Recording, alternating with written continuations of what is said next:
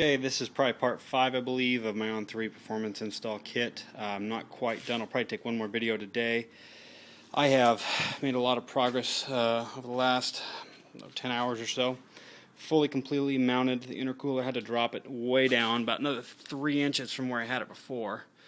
The intercooler bolted, strapped down there. And on the underside here, I've also got some nice fabricated TIG weld brackets that keep that plate in place with zero movement. I mean, just barely anything at all. I've got the cold side piping all the way over. Now this is where it got tricky. It did not, this came out where I've got the intercooler mounted, where it worked with everything else. This bend right here is a little bit too long coming out, so I had to take off about almost 2 inches, shorten this length here 2 inches, because it stuck out too far this way here. So I shortened that, then I brought it up, but then this piece going up here had a lot of problems as well, fitting just quite right. The angles just didn't quite work. So what I ended up doing, this was one solid piece here. I sectioned this, and right now I've got it tacked. All I had to do was rotate it to get the angles I was looking for. I've got it perfect right up to the throttle body, got that mocked up there. That's bolted down. It'll come off again, but for now it worked. So that's perfect out of there, perfect into this, perfect into that. And I've got that tacked. I just had to twist it, just had to put about another 30 degrees or 40 degrees or something like that in it. Tacked it back in place. I'll TIG that back up. I'm glad I have some fabricating skills. This kit is still a sweet kit, but there's just a couple things that weren't exactly, at least on my install, just as perfect as pie. So I've had to cut that. And where it also got a little bit interesting was down here. You can see this is a seam that would normally be butting up against in here on the other pipe. This is actually the end of the old pipe. The piece that I cut off from over here, I had to lengthen this pipe by that mount exactly. So I was able to put that into that there. So I've already pressure tested that to 20 psi, completely leak free. And this piece extends halfway into this clamp now. So I'd lengthen this, and then obviously, so I've cut this. This was all one piece here. This from right here down to here. So I've added a piece onto it and then cut it and twisted it, and that makes it works perfectly. There's no stress on it. It drops right in there, goes in the cooler. I clearanced the fog light here. I took my plasma cutter and sliced off a little bit of this big bracket just so that cleared that as it turned the corner. Had to test fit my radiator. I've already test fitted the front cover. I know it works with the intercooler, so that's perfect. Had that on earlier, so that's good news. The intercooler is completely done.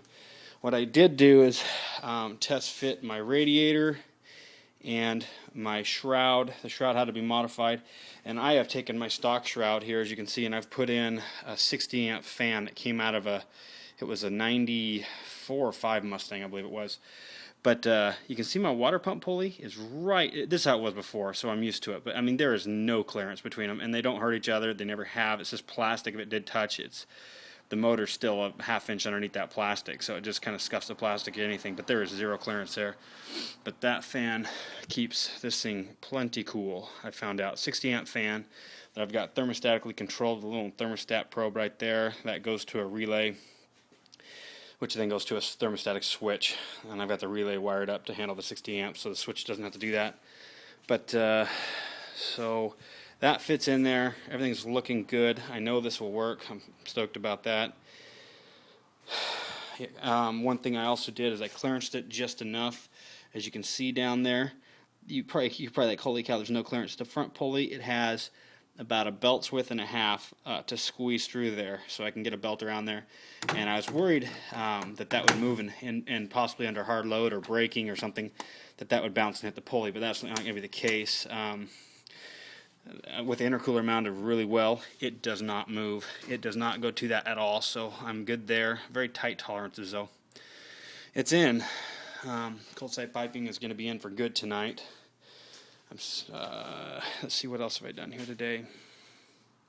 Don't know. That's really all I've been working on, is just fabricating that crap up. But that's it for now, and I'll probably take a video once I get the fender on. I've got a used fender that's under the car right now.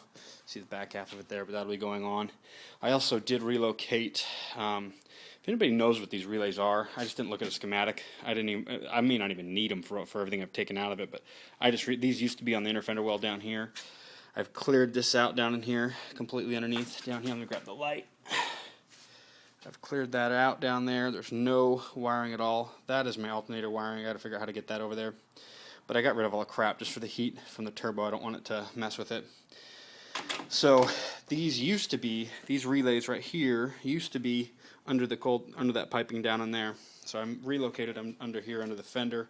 Don't know if I need them, but and then I've got the old those are both ABS, or not ABS, but airbag connections there. Those two white ones, and then that other pigtail there is for the mass air sensor, which I'll no longer be using because I'll be using the map sensor and the Mega Squirt setup.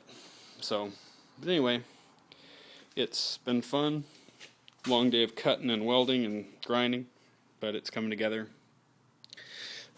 It's always so up close with this car, but it looks pretty packed in there once you kind of look at how much crap fits in that thing. Holy crap. Anyway, that's all.